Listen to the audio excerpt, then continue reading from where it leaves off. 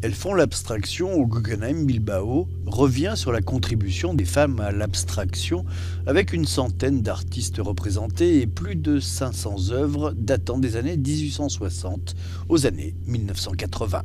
Des femmes qui ont souffert d'un manque de visibilité et de reconnaissance dans leur milieu comme dans leur pays. On y trouve des peintures, sculptures, dessins, mais aussi des films, des photos, revenant sur l'incroyable foisonnement de ces femmes qui ont fait l'abstraction. Georgia O'Keeffe fut aussi une pionnière du modernisme et l'une des plus grandes figures de l'art nord-américain du XXe siècle.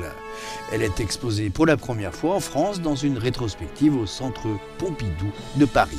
L'occasion de découvrir son œuvre à travers une centaine de peintures, dessins et photographies, entre abstraction, sensualité et radicalité, un coup de projecteur sur l'œuvre de cette fascinante artiste américaine résolument moderne et libre. À l'occasion du 100e anniversaire de sa mort, le musée Albertina de Vienne rend hommage à Amedeo Modigliani, mort à 36 ans de la tuberculose. L'artiste italien a rencontré Brancusi à Montmartre et a fait le portrait de Picasso. On reconnaît dans son art la tension entre avant-garde et forme primitive. Il n'a jamais connu le succès dans sa vie ni rencontré une véritable reconnaissance, mais ses œuvres sont désormais universelles et immédiatement identifiables.